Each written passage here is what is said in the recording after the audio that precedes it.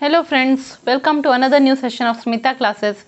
Today we will be dealing with the lesson 13 of standard 4 science book. The name of the book is Startup Science and it is the 13th lesson and the name of the lesson is Weather and Air. We will start reading the lesson. We have read about weather and seasons in the previous class. Weather is defined as the condition of air surrounding us with respect to temperature, wind and rain at a particular place or time.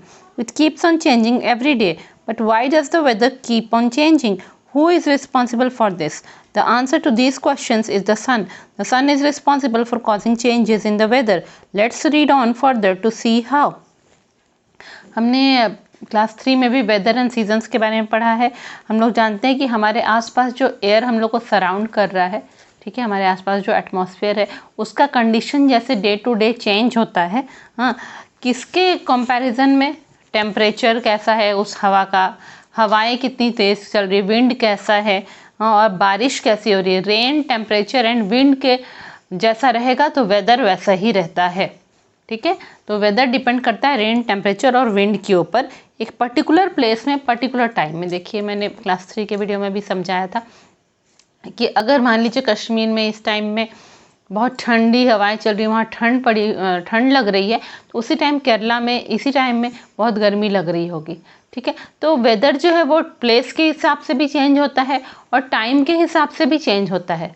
ठीक है, time जैसे winter season आएगा तो उस समय हो सकता है कि केरला में जो है हल्की फुल्की ठंड लग रही होगी पर कश्मीर में बहुत ही कड़ाके की ठंड पड़ रही होगी। ठीक है, तो एक पर्टिकुलर टाइम में पर्टिकुलर प्लेस में वेदर अलग रहता है और उसी टाइम में दूसरे प्लेस में वेदर अलग रहता है। तो वेदर क्या चीज़ पे डिपेंड करता है कि टेम्परेचर, आपके आसपास की जो हवा है, हवा में तापमान कितना कम है। अगर तापमान बहुत लो है, टेम्परेचर बहुत लो है, हवा ठंडी है तो आपको ठंड लगेगी। हवा अगर गर्म है, मैंने रूम टेम्परेचर, आपका सराउंडिंग टेम्परेचर थोड़ा हाई है तो आपको गर्मी लगेगी। ठीक है, इसी तरह बारिश होगी तो थोड़ी ठंड लगेगी, इस टाइप का होता है। तो वेदर जो है ऐसा कंडीशन है हमारे आसपास के एयर का जो कि हर रोज़ ही चेंज होता है। और आज हम इस प्लेस में, आज ही हम दूसरे प्लेस में जाएंगे तो वहाँ पे दूसरा वेदर रहेगा। टाइम के हिसाब से भी गर्मी के दिन में यहाँ का वेदर अलग होगा, ठंड के दिन में अलग वेदर होगा। ठीक है, टाइम के हिसाब से भी जो है एयर का कंडीशंस चेंज होता रहता है। अब ये सब क्यों होता है, कौन इसके लिए रिस्पॉन्सिबल है? तो सूर्य, सन इस सब के लिए रिस्पॉन्सिबल है। ठीक है, सन के कारण ही चेंजेस इन वेदर होता है। कैसे, हम लोग आगे पढ़ेंगे। The sun and changes in weather and seasons. The sun causes changes in weather and seasons because it heats the earth unevenly. This happens because the earth is continuously revolving around the sun in a fixed orbit. Thus, at a given time, only one half of the earth is facing the sun. We also know that the earth is slightly tilted on its axis. So, a part of the earth is near the sun while the other part is slightly away from the sun. The part which is near the sun receives more sunlight and therefore has longer and warmer days. It is summer in this part of the earth while the other part has shorter and cooler days and enjoys winter season at that time. The seasons keep on changing as the earth revolves around the sun. The sun also plays an important role in blowing of winds. The air gets heated up due to the heat of the sun. This heated air becomes lighter and rises. To fill its space, cool air which is heavier comes in. This movement continues and causes winds.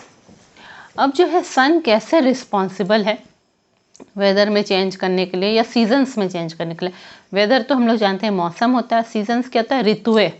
जब मौसम बहुत दिनों तक एक जगह का एक ही जैसा रह जाएगा तो उसको कहते हैं ऋतु या सीजन्स कहते हैं। ठीक है, जैसे winter, summer, monsoon, autumn, spring, ये सब सीजन्स है। ठीक है, तो वेदर जो है वो टेम्पररी होता है, वो चेंज होता है, एवरीडे वेदर चेंज होता है, पर सीजन थोड़े लंबे समय के लिए, कुछ मंथ्स के लिए फिक्स्ड रहता है। ठीक है, तो हम लोग जानते हैं कि हमारा जो अर्थ है वो सन को रिवॉल्व कर रहा है, सन के चारों तरफ वो गोल गोल चक्कर काट रहा है।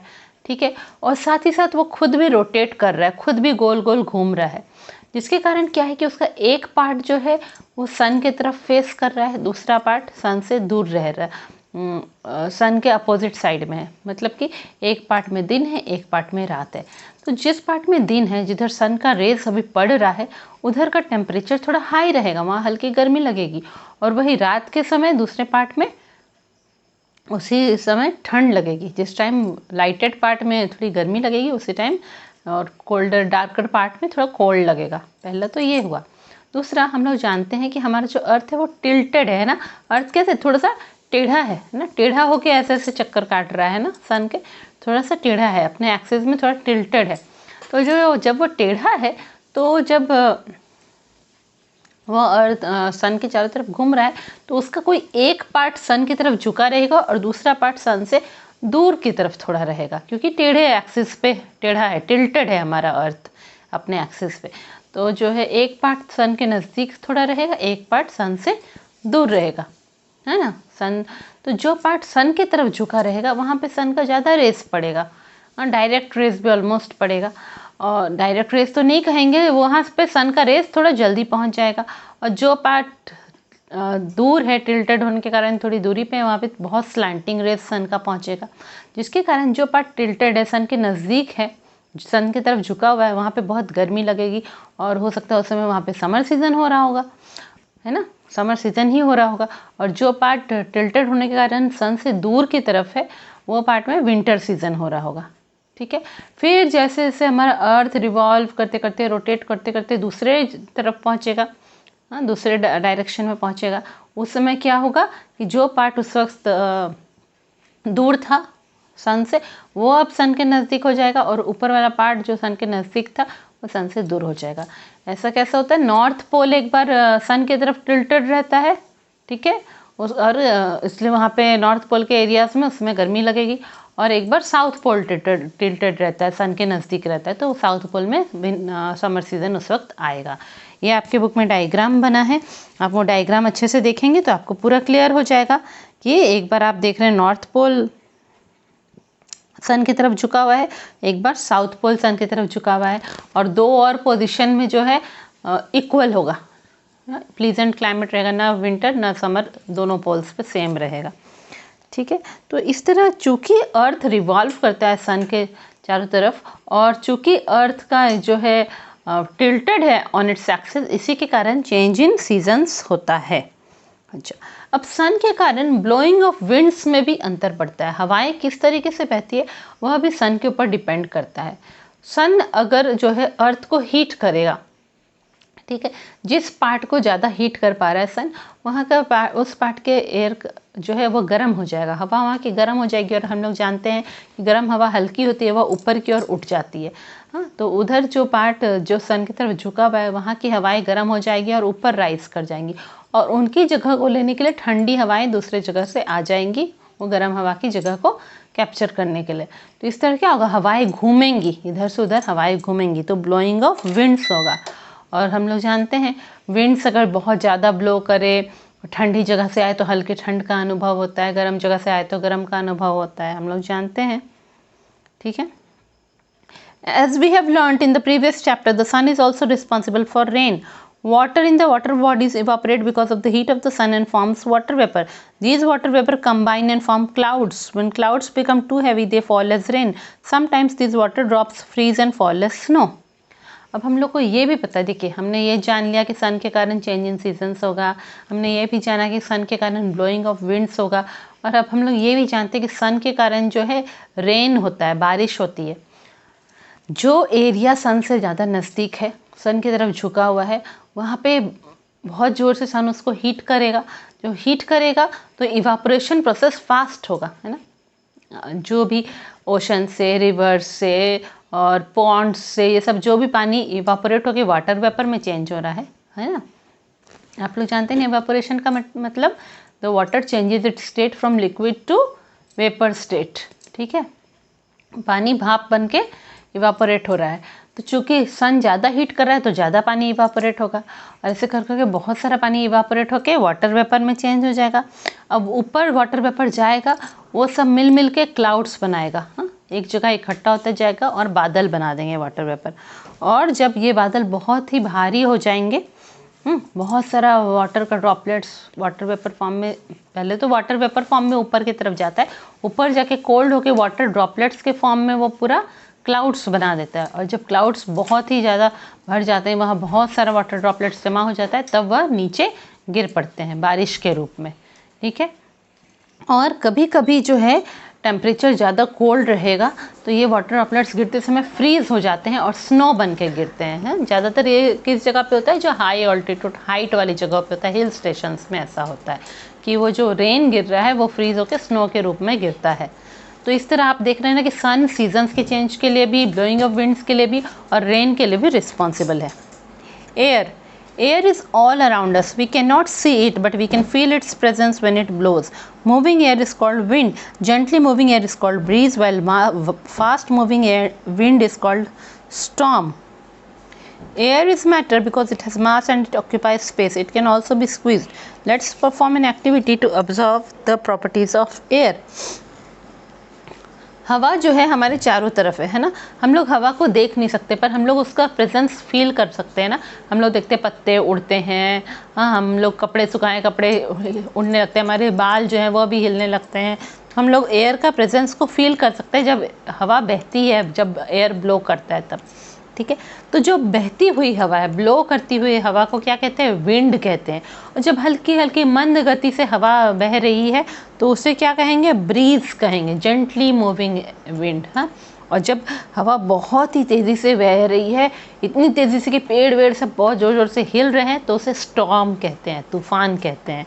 ठीक है, अब एयर मैटर है। मैटर क्या होता है, मैटर कोई भी ऐसा चीज़ जो कोई जगह घेरता है, स्पेस ऑक्यूपाई करता है, जिसका वेट होता है उसे मैटर कहते हैं। तो एयर जो है वो भी मैटर है।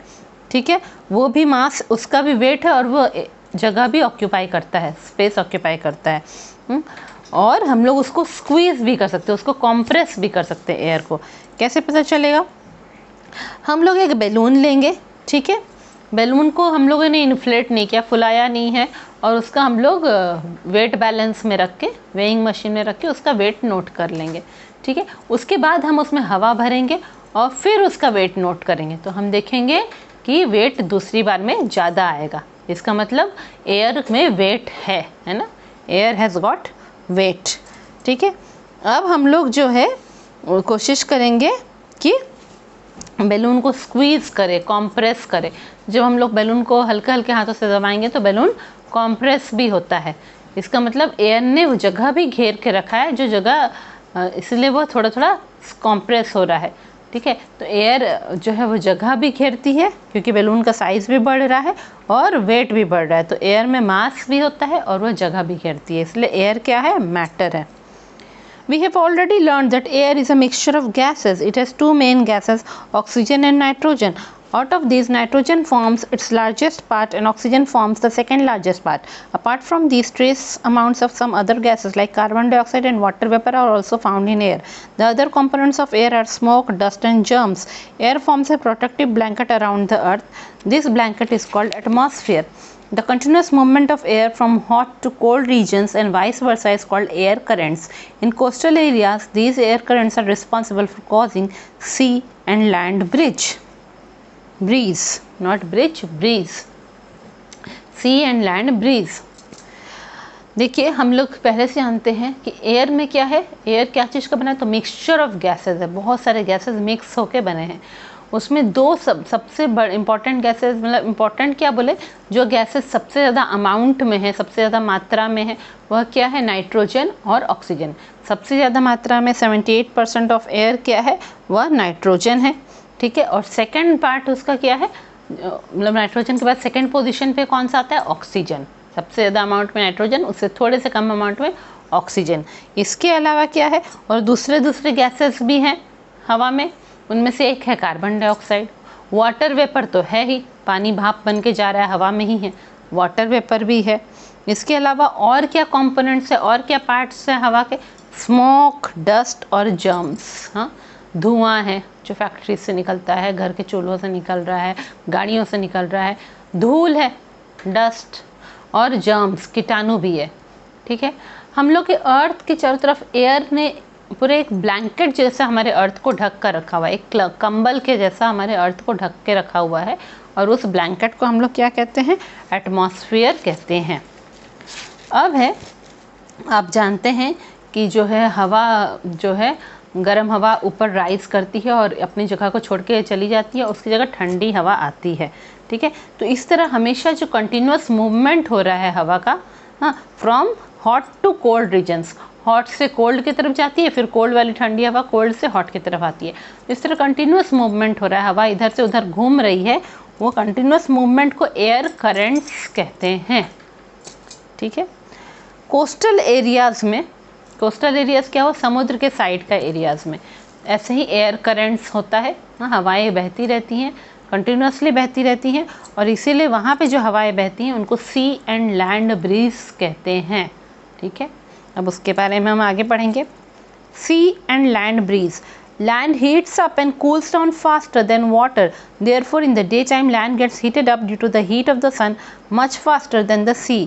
The hot air rises up from the land while the cool air from the sea blows in to take its place. This is called sea breeze. At night the atmosphere is cooler, so the land cools faster than the sea. Now the hot air rises from the sea and cool air from the land blows towards the sea. This is called land breeze. Air and its importance. All living things need air to breathe. Without air we cannot survive. Air is needed to burn things like wood and paper. Air is responsible for rain. There will be no rain without air. अब हम लोग सी and land bridge के बारे में पढ़ेंगे, जो समुद्र के साइड के एरियाज़ में रहता है, कोस्टल एरियाज़ में रहता है। ठीक है, हम लोग जानते हैं कि सूरज की गर्मी पानी को भी हीट कर, समुद्र के पानी को भी गर्म कर रही है और ज़मीन को भी गर्म कर रही है, समुद्र के साइड के ज़मीन के एरिया लैंड को भी गर्म कर रही है। तो लैंड जो है वो जल्दी हीटअप हो जाता है और पानी को हीटअप होने में टाइम लगता है। तो लैंड जो है दिन के समय में लैंड बहुत हीटअप हो गया तो उसके ऊपर की जो गर्म हवा है वह ऊपर उड़ जाती है और वहाँ का जगह खाली हो जाता है। तो वहाँ की जगह को भरने के लिए समुद्र की तरफ से ठंडी हवा तुरंत आ जाती है, उस जगह को भर देती है। इसीलिए समुद्र के साइड में रहने से बहुत ज़्यादा गर्मी भी नहीं लगती है, हल्की गर्मी हल्की ठंड, ऐसा प्लीजेंट लगता है। क्यों? क्योंकि दिन के समय ठंडी हवाएं समुद्र की तरफ से आ रही होती हैं। ठीक है, तो इसको दिन के समय जो ठंडी हवाएं समुद्र की तरफ से आ रही है ज़मीन के ऊपर, उनको कहते हैं सी ब्रीज। अब रात के समय क्या होता है, देखिए दिन भर तो ज़मीन और समुद्र का पानी दोनों ही गर्म हो गया, ठीक है, गर्म हुआ धीरे धीरे। अब रात के समय ज़मीन तो फटाफट ठंडी हो गई, पर समुद्र का पानी को ठंडा होने में समय लग रहा है। ठीक है, अब क्या है, समुद्र का पानी अभी भी हल्का गर्म है, तो उसके ऊपर का हॉट एयर राइज कर जा रहा है। जब उसके ऊपर का हॉट एयर राइज कर जा रहा है तो उस समय जो है ज़मीन की तरफ से ठंडी हवा जाके समुद्र के ऊपर की तरफ चली जा रही है। ठीक है, ज़मीन की तरफ की ठंडी हवा चली जा रही है समुद्र के ऊपर की तरफ। ठीक है, तो इस टाइम क्या कहेंगे, इसको लैंड ब्रीज कहते हैं। जब ठंडी हवा समुद्र की तरफ चली जा रही है तो लैंड ब्रीज कहते हैं। इसीलिए ना ज़्यादातर लोग जो समुद्र के पास रहते हैं घरों में, वो कहते हैं खिड़कियाँ वगैरह सब समुद्र की तरफ के डायरेक्शन में खोल के रखते हैं। ठीक है, ताकि दिन के समय अच्छी ठंडी हवा आती रहे। तो दिन वाले हवा जो आ रही है ठंडी हवा समुद्र की तरफ से, वह सी ब्रीज, और रात के समय जो ज़मीन की तरफ से ठंडी हवा जा रही है समुद्र की तरफ, वह है लैंड ब्रीज। अब एयर का इम्पोर्टेंस क्या है, हाँ, एयर इतना इम्पोर्टेंट क्यों है? बिना हवा के हम लोग जो है सांस नहीं ले सकते। जितने भी लिविंग थिंग्स हैं सबको हवा की ज़रूरत है सांस लेने के लिए, मतलब ऑक्सीजन की ज़रूरत है। बिना हवा के हम सब मर जाएंगे। और चीज़ों को जलाने के लिए भी हवा की ज़रूरत पड़ती है, क्योंकि हम लोग जानते हैं ऑक्सीजन सपोर्ट्स बर्निंग, है ना। तो जैसे लकड़ी को जलाना है, पेपर को जलाना है, कुछ भी, तो सब चीज़ों को जलाने के लिए हमें हवा की ज़रूरत पड़ती है। Air is responsible for rain, है ना, हवा के कारण ही बारिश भी होती है। ठीक है, क्योंकि हवा में वाटर वेपर जाता है तो उसके कारण बारिश भी होती है। अगर हवा नहीं होगी तो बारिश भी नहीं होगी। ठीक है, तो आपका जो है ये चैप्टर कंप्लीट हो गया है। वेदर एंड एयर लेसन 13 था आपका, स्टैंडर्ड 4 लेसन 13 था। चैप्टर कंप्लीट हो गया है। आप में से जिन लोगों ने अभी भी सब्सक्राइब नहीं किया है, चैनल को फटाफट सब्सक्राइब कर दीजिए। आपके लेसन 4 के तो क्लास साइंस के लेसन 4 के मैंने क्लास 4 के लेसन साइंस के मैंने मैक्सिमम चैप्टर्स कर दिए हैं। बस ये जो कुछ चैप्टर्स बाकी हैं उनको मैं अभी करती जा रही हूँ, और उनके सोल्यूशंस तो ऑलरेडी पहले से अपलोडेड है सब कुछ यूट्यूब में, आप इनके सारे सोल्यूशंस भी देख सकते हैं। इसी तरह क्लास 4 का SST के भी जितने हैं, सोशल स्टडीज़ के भी सारे चैप्टर्स किए हुए हैं, उनके सोल्यूशंस भी अपलोडेड है, वो सब भी आप व्यू कर सकते हैं। तो जिन लोगों ने अभी तक सब्सक्राइब नहीं किया, फटाफट सब्सक्राइब करिए। नए नए चैप्टर्स, नए नए सब्जेक्ट्स के वीडियोस जल्दी जल्दी आते रहेंगे। Thank you.